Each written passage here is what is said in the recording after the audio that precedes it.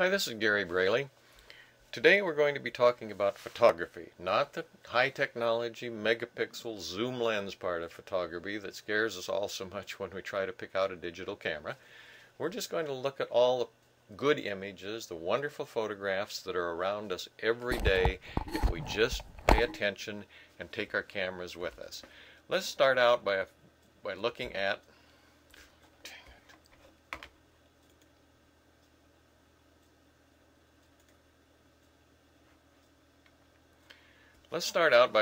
some simple water scenes. These may or may not have to be taken in exotic locations.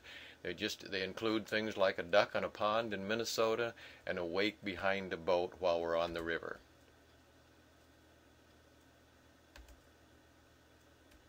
Even the rocks between our toes and the reflection in a swimming pool can be interesting pictures. Of course, we all like to see kids. Sometimes we like to say that kids should be seen and not heard, but it's fascinating what we can notice if we just watch kids playing and observe their day-to-day activities. These are candid shots. Most did not require an expensive camera. This is what is happening around us every day if we just pay attention and have our cameras ready.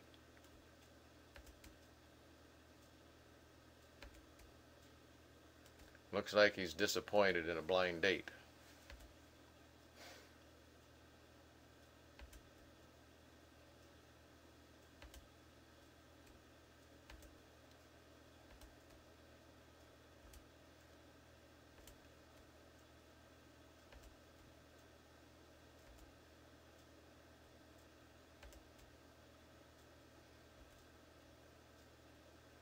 Of course, when kids are playing, they're very often learning. It's interesting that they seldom know the difference in the two activities.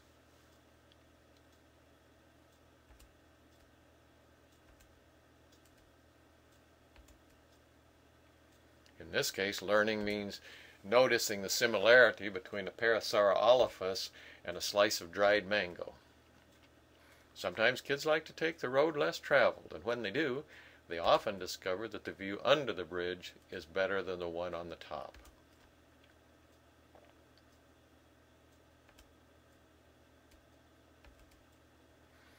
Of course, architecture is all around us, and we tend to ignore it most of the time. But if we also think about it in terms of different perspectives, some of the images can be more interesting than others.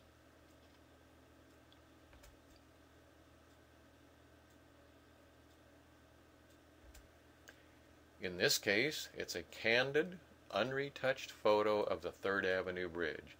The reason it looks a little peculiar and frankly quite dangerous is because it was taken in looking into a stainless steel panel on the north side of the Guthrie Theater. That image has been there every day since the Guthrie Theater was built, but very few people would even notice it as they passed by. Of course, nature is a common topic. Sometimes it's exotic, sometimes it's not. Sometimes it's as simple as a spider web down by our feet.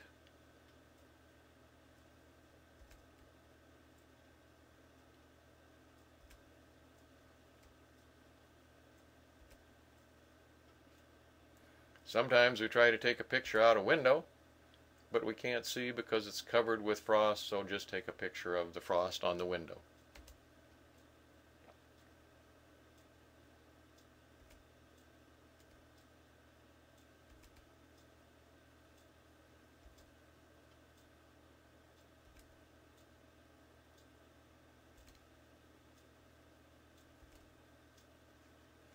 Occasionally we need high technology, the more advanced digital single lens reflex cameras. These are typically required for high-speed sports shots,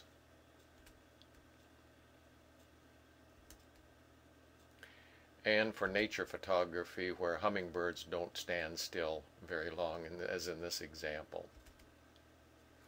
Several of the pictures we just saw were taken with a 1 megapixel camera. Do you have any idea what those pictures would be? This is one. This is also with a 1 megapixel camera.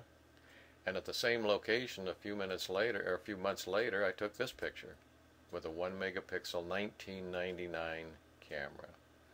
Now, there are often a lot of rules in photography, but there's really only one that you should obey. That is to relax and enjoy what can be a marvelous hobby.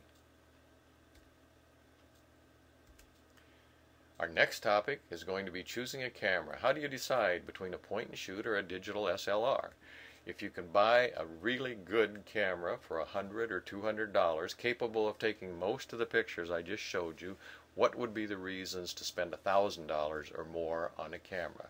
Look forward to seeing you next time. This is Gary Braley signing off.